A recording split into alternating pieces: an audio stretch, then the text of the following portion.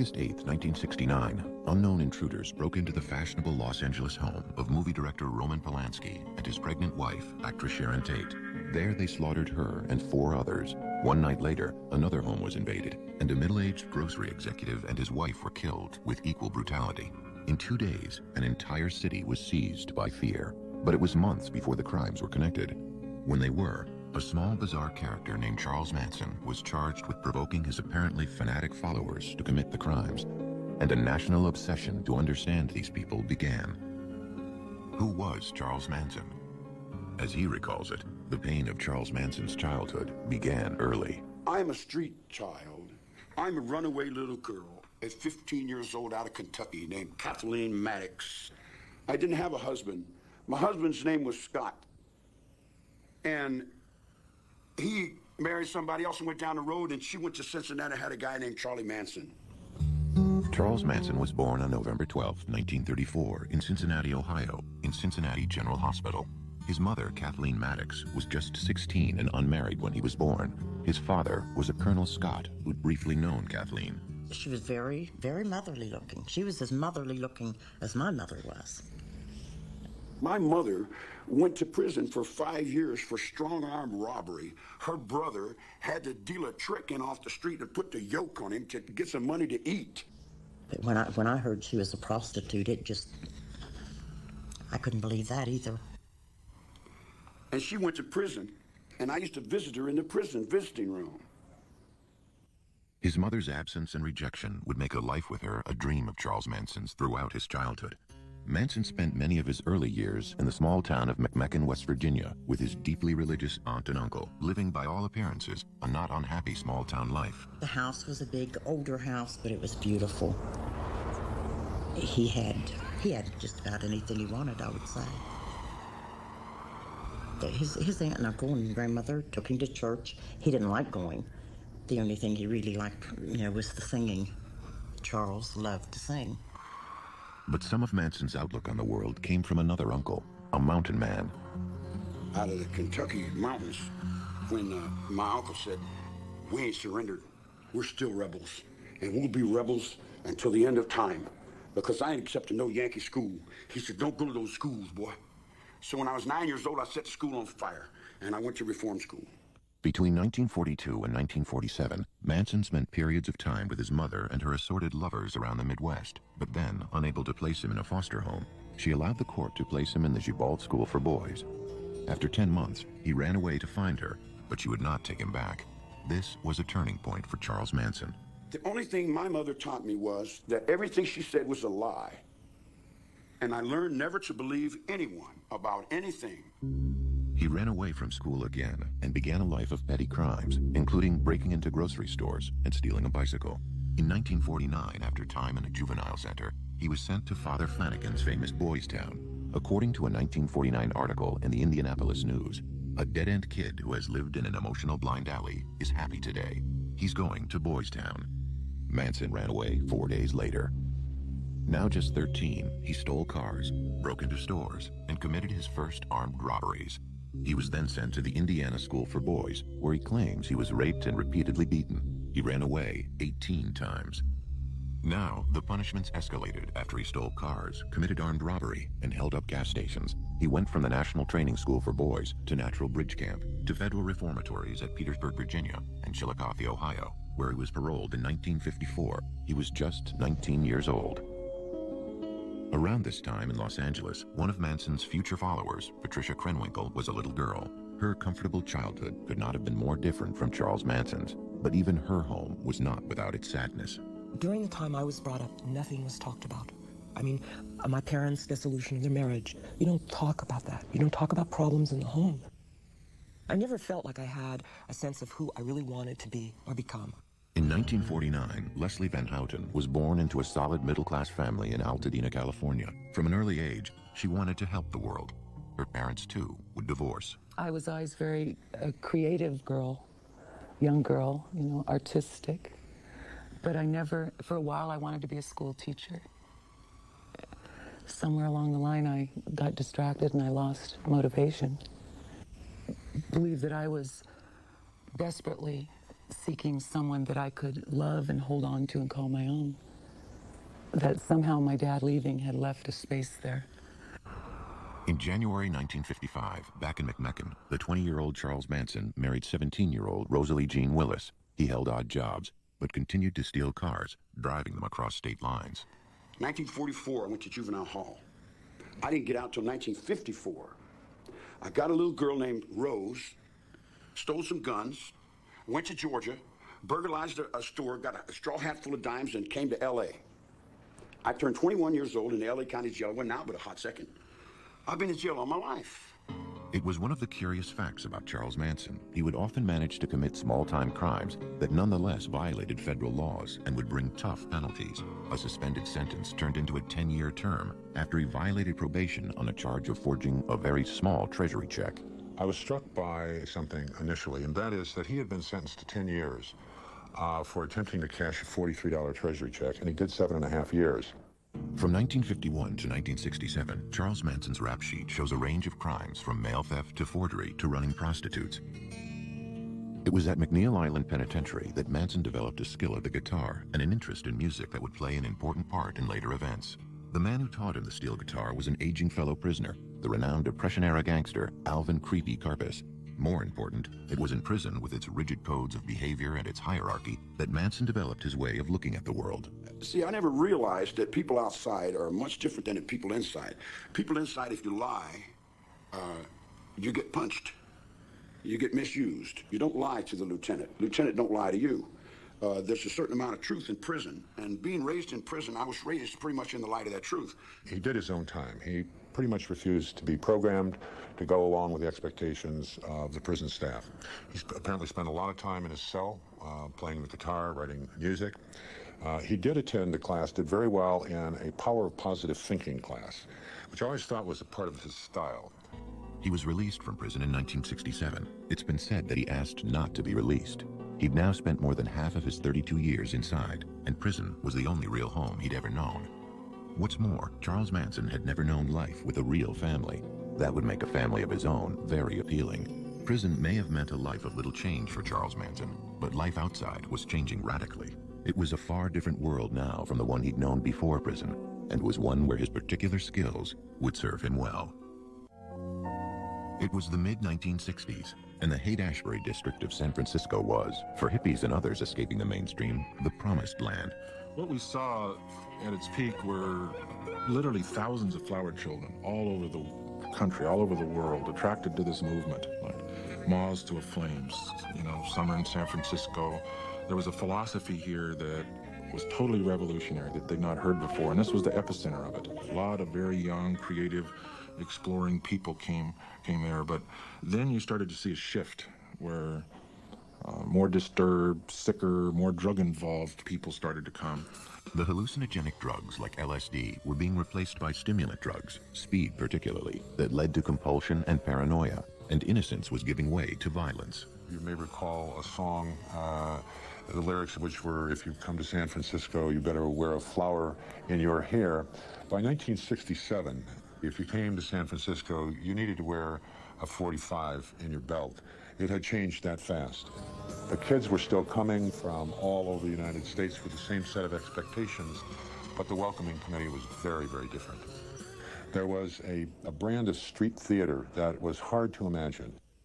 If we are coming up to the beatniks, there we are. All the stores out in this area, they're taken over by the beatniks, and we see them in all shapes and sizes. I think this one is a girl walking in front of us. She has a hair ribbon, but it's hard to tell. It was a scene where if you grew your hair and talked the talk, you fit in. This was the scene which Charles Manson entered on his release from prison in 1967.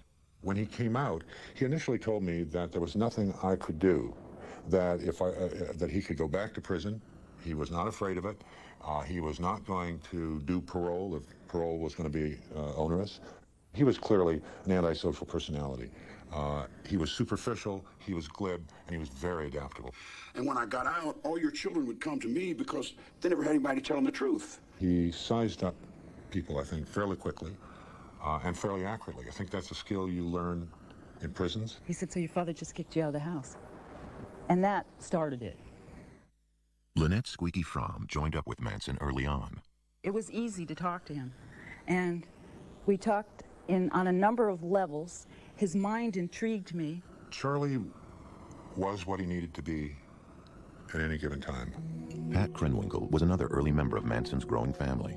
I met Charlie when I was living at the beach with my sister, and she came home and said to go down to a friend's house, which I did, and Charlie was there, and he was playing the guitar.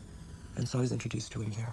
And that night, we slept together, and I felt really loved by him almost immediately, mostly because I think at that point I was really desperate for someone to care. When we made love, all I remember is just crying and crying to this man. I mean, it was like, because he said, "Oh, you're beautiful." I couldn't believe that. I just started crying. Manson's family grew to include men. One of them was the young, all-American Texan, Charles Tex Watson. Charlie used sex for, number one, when people would come and he wanted power over them, men, he would offer them whatever women he had. And he had certain women he always put out front, which he called his front street girls. They were the ones that he thought were the most beautiful, the ones that would be the most enticing. And that's what he would do. I mean, he was an excellent pimp. Charles Manson was not only attracting followers, he was also exercising more control over them. Whatever he believed, I would believe. And I would say, and I would spout off. I began to get increasingly uncomfortable with the amount of control and the way in which he used them. And you could see his sense of power and control growing.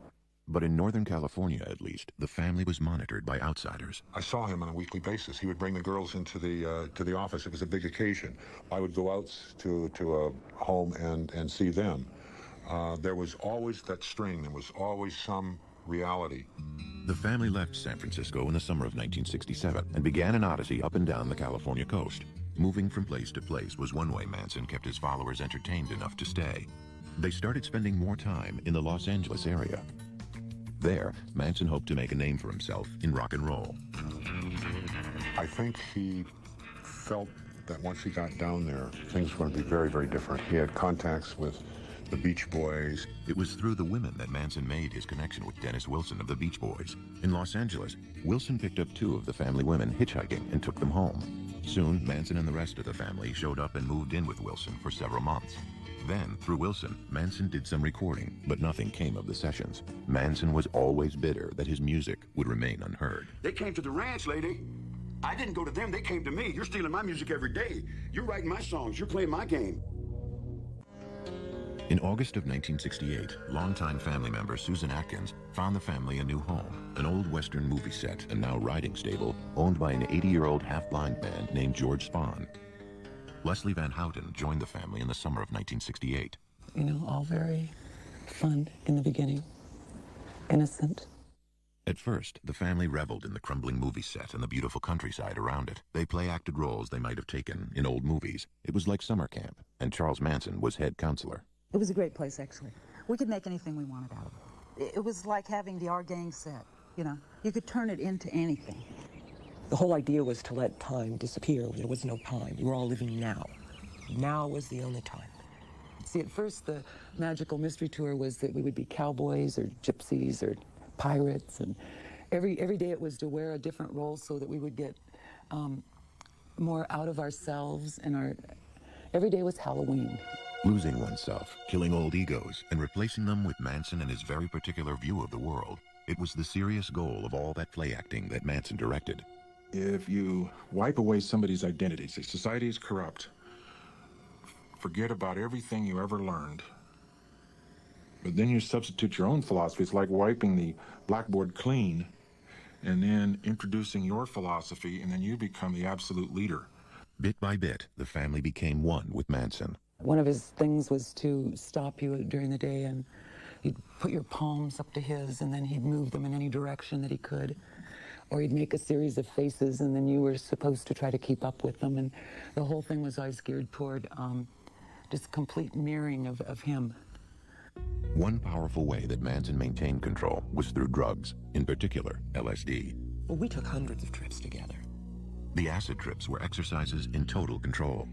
With Charlie, he actually did almost like drug programming. I mean, he was the focal point at all times.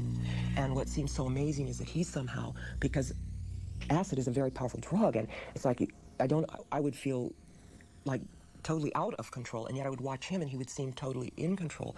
One of the things when I look back, I realized I didn't always see him take acid. I don't think he did. The idea was to get rid of all the conditioning, to die in yourself. So he would hold you up and say something to you. Say, see, I can see your mother on you. It's still the conditioning. You know, you haven't gotten rid of it. You're not dead yet. Sometimes he would reenact the crucifixion when we were on LSD. And it was very realistic. I would die for you. And then the questions would begin. Would you die for me? And what was the philosophy that Manson was offering? It had begun with the notion of oneness and the power of love, but over time, it grew steadily more paranoid. The messages to the family grew steadily darker. There was no right or wrong, and life and death were really the same thing. In fact, death could be a welcome step on the way to a better world. And in the fall and winter of 1968, as Manson saw himself more and more a lone visionary, he and the family spent more and more time in a place that only increased their sense of isolation. A remote outpost in Death Valley, Barker Ranch. We really weren't in touch. We were allowed to listen to the Beatles and the Moody Blues and Manson's music. Nonetheless, Manson was aware of what was going on in the nation's cities. Since 1966, city after city had seen rioting in black neighborhoods. The cry for black power was being heard alongside the ever stronger actions against the war in Vietnam. We're gonna make Vietnam look like a holiday. Because if America don't come round, America should be burnt down.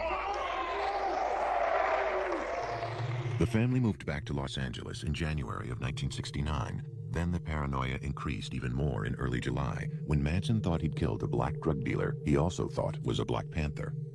Now convinced that the full fury of the Panthers was soon to descend on the family, bitter about his failure to record his music, and most importantly, certain that a giant race war was impending, Charles Manson spent July and early August tense, paranoid, and angry. On the night of August 9, 1969, at a house on Cielo Drive in Los Angeles, actress Sharon Tate, wife of movie director Roman Polanski and 8 months pregnant, was at home with her friends, the hairstylist Jay Sebring, coffee heiress Abigail Folger, and Roman's friend Wojciech Frykowski. A young man named Stephen Parent was also on the site, visiting the home's caretaker. That night's murders began with some preparations at Spawn Ranch. I was with the children. We were in a trailer. I was with someone else, and we were in a trailer. And Charlie came and woke me up. And he said, get up. I want you to go somewhere. He said, get in the car. And I was in the car with Tex and Linda Kasabian and Susan Atkins. And he said, do everything that Tex says. And we were off. Tex Watson went onto the property first. When he came upon Stephen Parent in his car, he shot him 4 times. We heard gunshots. He came back and told us to come with him, and we followed. Trying to get into the house, he eventually, I think he went through a window or something, returned to a front door and allowed the rest of us to enter. There was a man that he was dealing with, and I think that was Jay Sebring, I believe. He had him on the floor or something, and he was going to tie him up, and he asked Susan to check the back rooms, and what began to happen is a scuffle started taking place between Tex and the man and Jay Sebring, and he shot him, and everyone else at that point obviously was getting really frightened and scared. And what eventually took place is that there was an attempt to tie everyone up, and when there was an attempt to tie everyone up, eventually Abigail Folger started to get herself undone, and she took off. I ran after her with an upraised knife, and we went out through a back door out onto the lawn, and I started stabbing her. I ran her down, and I began to stab her. I remember her saying, I'm already dead. It was Tex Watson who delivered most of the fatal blows at the house that night. We were so locked in, it's just okay, this must be this. I mean, you just become more in more like a robot, somehow this must bring it. The scene left behind was grotesque. There was blood everywhere. A rope tied twice around Sharon Tate's neck was looped over a beam and tied around Jay Sebring's neck. Abigail Folger and Wojciech Frykowski lay on the front lawn. Stephen Parent lay dead in his car. And on the front door in Sharon Tate's blood was the word pig. Besides being shot and bludgeoned, the victims had been stabbed a total of 102 times. When I got back to the ranch, we got out of the car.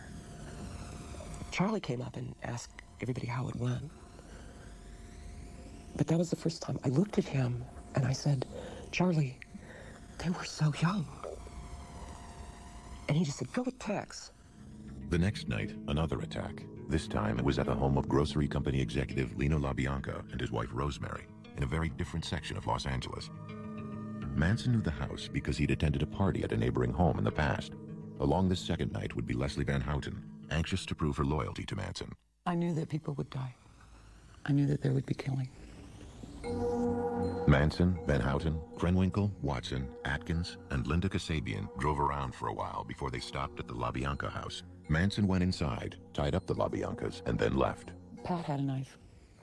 And I tried to hold Mrs. LaBianca down, and I couldn't do it. And Pat went to stab her, and she couldn't do it. Leslie was still trying to hold her because she was struggling, and I went and got Tex. And Tex went into the bedroom, and I stood in the hallway, and I looked into an empty room in the den, and I just stayed there, and I didn't move. And I have no sound memory of Mrs. LaBianca dying. All I remember is staring into that room. And then Tex turned me around and handed me the knife, and he said, do something. Because Manson had told him to make sure that all of us got our hands dirty. And I stabbed Mrs. LaBianca in the lower back about 16 times. The scene at the LaBiancas was no less macabre than that at the Tate house. A carving fork protruded from Lino LaBianca's stomach and a knife from his throat. And the word war was carved in his flesh. Mrs. LaBianca was in the bedroom, her head covered by a pillowcase, with a lamp cord tied around her neck. On the walls, written in their blood, were the words, "Death to pigs," and "Rise," and on the refrigerator door, the words, "Helter Skelter." I said, if you're gonna do something, leave something with you. Just like I would tell you, if you're gonna do something, do it well, and leave something with you. Leave a sign to let the world know that you were there. Have a good day. The two victims had been stabbed a total of 67 times. Meanwhile, the news of the first night's murders had hit L.A. like an earthquake. There was a terrible fear, a terrible trepidation on the part of the Hollywood community that this killing, this ritualistic killing, had something to do with celebrityism. And so a lot of the high-profile Hollywood stars, apparently Sinatra left town. Tony Bennett was living at the Beverly Hills Hotel in one of the bungalows. He moved inside to be safe. Steve McQueen supposedly drove around with a gun in the front seat of the car now, all reacting to the Sharon Tate killings. It was amazing. Everyone's got a piece of the story. Everywhere you went, there was somebody say, did you know that they found that thing? And that, you know. It seemed everyone wanted a gun. 200 guns were sold by one Beverly Hills store in 2 days. It took 2 weeks to get a locksmith. Police were interviewing many celebrities, and some became more careful about their habits. One local in the film business said, toilets are flushing all over Beverly Hills. The entire Los Angeles sewer system is stoned. Now the rumors start to fly. The first rumor that hit, as far as the crimes were concerned, was that it was drug-related. It was a drug hit. And on top of that, it was Roman Polanski's wife. People knew about Polanski's film, Knife in the Water, all of these strange, dark, mystical movies involving drugs and sex and killings. Sharon not only didn't use drugs. In the beginning, there were those who thought Roman had an involvement in this. It was conjecture Polanski quickly denied. It's terrible for him when he came back for the funeral, and Warren Beatty was telling me this. I mean, people thought he somehow had something to do, which of course he didn't. In spite of the obvious similarities between the Tate and LaBianca murders, the police believed that the second crime was merely a copycat incident based on news reports of the first, and the two investigations were run quite separately. During the investigation, the family was actually arrested and then released on an unrelated charge of auto theft. They then headed to the safety of Barker Ranch in Death Valley. On October 10th, the family was rounded up on new charges of auto theft and arson. And while they were in jail, the LA murder cases broke open. Family member Susan Atkins was implicated by another member in an earlier crime. Jailed in LA, she blabbed to cellmates about the Tate and LaBianca murders. The more you kill, the better you like it, she told them. Then one cellmate repeated the stories to the police. In December of 1969, nearly 4 months after the crimes, Charles Manson and 5 family members were charged with the Tate and LaBianca murders. What some called the crime of the century would now move on to a trial that would mesmerize a city. The trial of Charles Manson, Pat Krenwinkel, Leslie Van Houten, and Susan Atkins for the Tate and LaBianca murders began on June 15, 1970. Manson demanded and was refused permission to serve as his own attorney. Still, from the beginning, it was clear that Manson was in complete control of the defense. You have to realize that I viewed Manson as being the main defendant. To convict his co-defendants and have him walk out of court, I think, would have been an unsuccessful prosecution. The problem was that Manson was not at the murder scene. He did not physically participate in these murders, so I had to bring him in by way of circumstantial evidence, and also by the law of conspiracy. At the heart of the prosecution effort was the bizarre story of Helter Skelter, the stranger-than-fiction doomsday scenario that Charles Manson had woven from his earlier certainty of a coming race war. Helter Skelter was a name he'd taken from a Beatles song. Manson envisioned that white people would turn against the black man if they thought the black man had committed these 7 murders, and ultimately there would be a civil war between blacks and whites out on the street. During the war, he told them, he said, we're going to hide out in the bottomless pit in the desert, a place he derived from Revelation 9, a chapter in the last book of the New Testament. Manson foresaw that the black man would win this war. But later on, he said the black man, because of inexperience, would simply not be able to handle the reins of power. So we would have to look around at those white people who had survived, who had escaped from Helter Skelter. And he said, we'll come out of the bottomless pit, and quoting Manson, we'll send Blackie on his way to picking cotton, and we'll take over the leadership of the world. The chief prosecution witness was Linda Kasabian, who had driven the car on the night of the Tate murders. She agreed to testify in return for immunity. Can you get out of my way? The mood around the trial and throughout L.A. was as bizarre as the accused themselves. It may be more than 6 months before the Tate case finally goes to trial here at the Hall of Justice, but Hollywood isn't waiting. 2 movies about the mass murders already are in the works. One producer said his film will concentrate on the hippie clan charged with murder and explain on the screen why they might have done it. Day after day, Manson would come into court and by turns intimidate and amuse. He was playing the people. He was playing to the courtroom. He was playing to the press. We had quite a few staring sessions. He was always staring at people. You know, he'd stare at the jury, and they would turn away. He'd turn around and stare at spectators. During the trial, as in their lives before, the 3 women took all their instructions from Manson. The entire proceedings were scripted. My trial, every day we'd meet, and he'd decide, well, today I want you each to stand up and hold your hands in some stupid symbols. You're going to get up and scream. You know, each day was scripted. And that day we proceeded through the events. With Manson, he believed that everything we did was creating some picture that was going to go out in the universe and somehow change it towards his, bend it towards his will. The daily march of Van Houten, Atkins, and Krenwinkel, smiling and singing, was unnerving to anyone who saw it on the news. The song they were singing was one that Manson had written.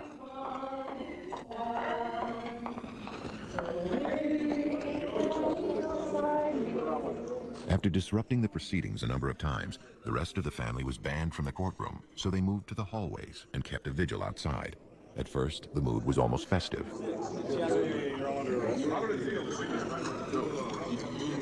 We saw them every day, you know, come on, Squeaky, you can't really be serious about that, you know. And we would banter back and forth, and so there was a joviality. But continuing to shock the courtroom, Manson carved an X into his forehead in late July to symbolize his removal from society. The following weekend, the 3 girls followed suit. National attention on the trial included unwelcome notice from the highest level. President Nixon spoke of Charles Manson in a speech on August 3rd. There is a man who was guilty, directly or indirectly, of 8 murders without reason. Here's a man yet who, as far as the coverage is concerned, appeared to be rather a glamorous figure. And the next day, a smiling Charles Manson held the headline up to the jury as the defense demanded a mistrial. It was denied in spite of the defense team's best efforts. The President of the United States says somebody's guilty. What recourse do you have? You answer the question. Inside the courtroom, the most dramatic moment occurred on October 5th, 1970, when Manson lunged 10 feet towards the judge. He was restrained and the trial continued. It certainly was within earshot. On November 16th, the prosecution rested, and the defense rested without calling a single witness. Struggles with Manson and changes in the defense team were constant. But there was still alarm when defense lawyer Ronald Hughes did not show up in court. His body was later discovered in a wilderness area. One ex-family member has since claimed he was murdered for disagreeing with Manson over Leslie Van Houten's defense. On January 25, 1971, after 9 days of deliberation, the jury found each defendant guilty of conspiracy to commit murder and murder in the first degree. In a separate trial, Tex Watson was also found guilty and sentenced to death. In the penalty phase of the trial, the women did testify and tried to exonerate Manson. And now the instructions from Manson were changing. One of the things that Charlie always promoted about himself was, I don't lie. And all of a sudden, he was asking every one of us to lie on a daily basis about something. Oh, say this, say that. And going, but I didn't do that. And it was like, you lie, a god lies. On March 9th, the jury called for the death penalty for all 4 defendants, a finding the judge then upheld. In protest, the women shaved their heads. Before that clerk reads that verdict, you don't know what he's going to say, life or death. It's a very tense, suspenseful moment. And I looked over at Manson, and his hands were trembling. Now here's someone who always spoke about the beauty of death. He was always telling everyone, death is a beautiful thing, and maybe when we kill these people, we're doing them a favor, and they don't even realize it. But I was with him for 9.5 months, and he fought very hard for his own life, see? So that was just pure hypocrisy on his part. The defendants faced the death penalty now. To at least one of them, it was a kind of relief. I was more than willing to go to the gas chamber. I didn't fear it. The death penalty for me at the time seemed, it almost justified my not having to deal with what I had done. It was the eye for an eye. They're going to kill me. I don't have to deal with it. And then in 1972, the Supreme Court overturned the death penalty. Death sentences were commuted to terms of life imprisonment. In the case of Charles Manson, there was a certain irony involved. In fact, he told me after the trial, well, Yossi says, you know, you haven't achieved anything here. He said, all you've done is send me back to where I came from. I said, well, yeah, Charlie, that's true, but as far as I know, you've never been in the green room before. The green room is a reference to San Quentin gas chamber. Next year, I was driving my car, and the car radio was on. And I heard where the U.S. Supreme Court had set aside the death penalty, Furman versus Georgia. And the very first thought that came to my mind is that what Manson had told me at the end of the trial was true. That all we did is send him back to where he came from. He doesn't mind prison life. So in a sense, and I hate to say this, in a sense, Manson's beating the rap. It was 1972, and Pat Krenwinkel and Leslie Van Houten were still young women with a lifetime ahead of them. A lifetime to face what they had done. More than 30 years after the murders at the Tate and LaBianca homes, Charles Manson, Patricia Krenwinkel, Leslie Van Houten, Susan Atkins, and Tex Watson are all still in prison serving life terms. All have been reviewed for parole numerous times, but it's always been denied. You can have the rest of it and put me back in my cell. This is all I really want to do. Charles Manson has not even attended all of his hearings. There's a decision among you, is there? Now Charles Manson is moving into his 70s, and Tex Watson and the women are in their 50s. To listen to Manson, Pat Krenwinkel, and Leslie Van Houten today is to hear very different memories of those events well over a quarter century ago. If anything, the older I get, the harder it is. Mrs. LaBianca was younger than I am now. I took away all that life. I see blood in here every day. Every day someone's getting shot, someone's getting cut, someone's getting beat. I've lived in that all my life, woman. That don't wrinkle up my forehead. You can pile up 100 dead bodies up in front of my cell, and it don't set me to do nothing. Every day I wake up and know that I'm a destroyer of the most precious thing, which is life. And living with that is the most difficult thing of all. And I do that because that's what I deserve, is to wake up every morning and know that. You know, it didn't happen overnight. He spent a lot of time taking middle-class girls and remolding them. I never broke nobody's will. I never told anybody to do anything other than what they wanted to do. Oh, Charlie's just absolutely lying. There wasn't one thing done that was even allowed to be done without his expressed permission. Wait a minute. I said, you do what's best for you. You do what you feel is right. You do what you think is right. Now, whatever you think is right, it's got to be right. All I'm doing is I'm walking with you, I'm walking in line with you, and I'm holding the line with you. What you do is up to you. It's got nothing to do with me. You know, I take offense to the fact that 25 years later, Manson doesn't own up to his share in this. I take offense to that. I take responsibility for my part. And part of my responsibility was helping create him. Every once in a while I get letters from children And they seem to think that what we did is all right.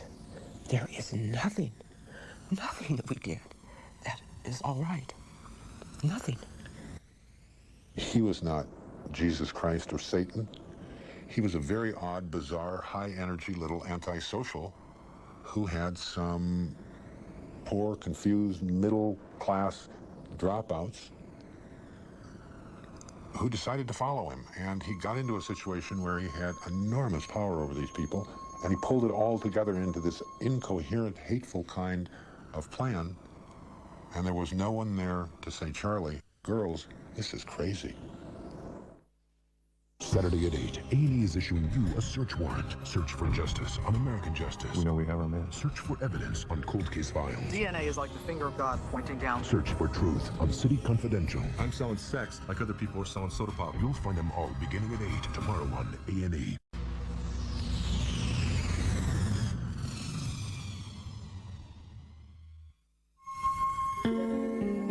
On August 8, 1969, unknown intruders broke into the fashionable Los Angeles home of movie director Roman Polanski and his pregnant wife, actress Sharon Tate. There they slaughtered her and 4 others. One night later, another home was invaded, and a middle-aged grocery executive and his wife were killed with equal brutality. In 2 days, an entire city was seized by fear. But it was months before the crimes were connected. When they were, a small, bizarre character named Charles Manson was charged with provoking his apparently fanatic followers to commit the crimes, and a national obsession to understand these people began. Who was Charles Manson? As he recalls it, the pain of Charles Manson's childhood began early. I'm a street child. I'm a runaway little girl at 15 years old out of Kentucky named Kathleen Maddox. I didn't have a husband. My husband's name was Scott. And he married somebody else and went down the road, and she went to Cincinnati, had a guy named Charlie Manson. Charles Manson was born on November 12, 1934, in Cincinnati, Ohio, in Cincinnati General Hospital. His mother, Kathleen Maddox, was just 16 and unmarried when he was born. His father was a Colonel Scott who'd briefly known Kathleen. She was very, very motherly looking. She was as motherly looking as my mother was. My mother went to prison for 5 years for strong-arm robbery. Her brother had to deal a trick in off the street and put the yoke on him to get some money to eat. But when I heard she was a prostitute, I couldn't believe that either. And she went to prison, and I used to visit her in the prison visiting room. His mother's absence and rejection would make a life with her a dream of Charles Manson's throughout his childhood.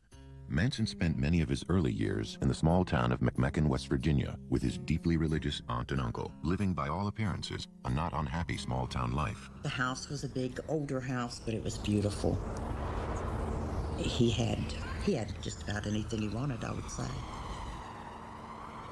But his aunt and uncle and grandmother took him to church. He didn't like going. The only thing he really liked, was the singing. Charles loved to sing. But some of Manson's outlook on the world came from another uncle, a mountain man.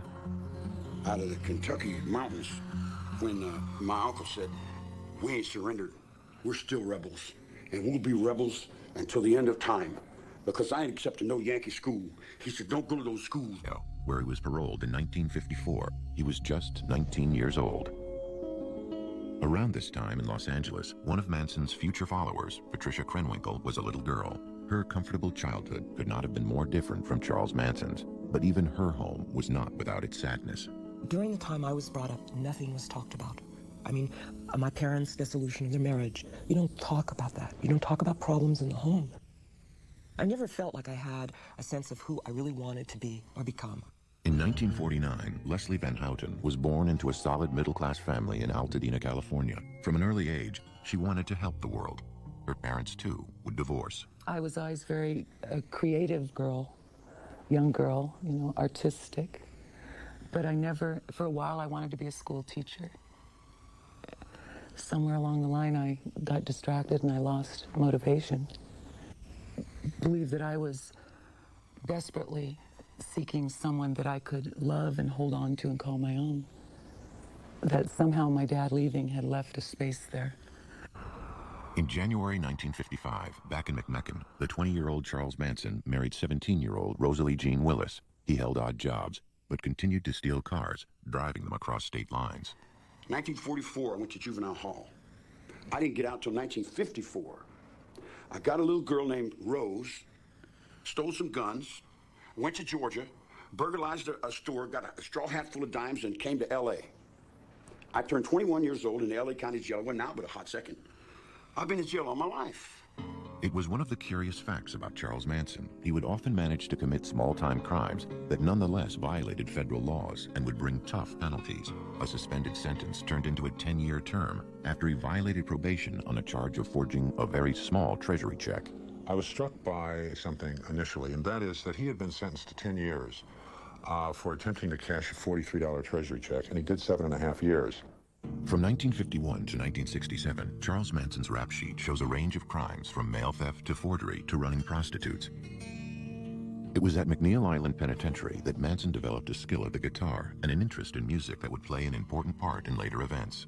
The man who taught him the steel guitar was an aging fellow prisoner, the renowned Depression-era gangster Alvin "Creepy" Karpis. More important, it was in prison with its rigid codes of behavior and its hierarchy that Manson developed his way of looking at the world.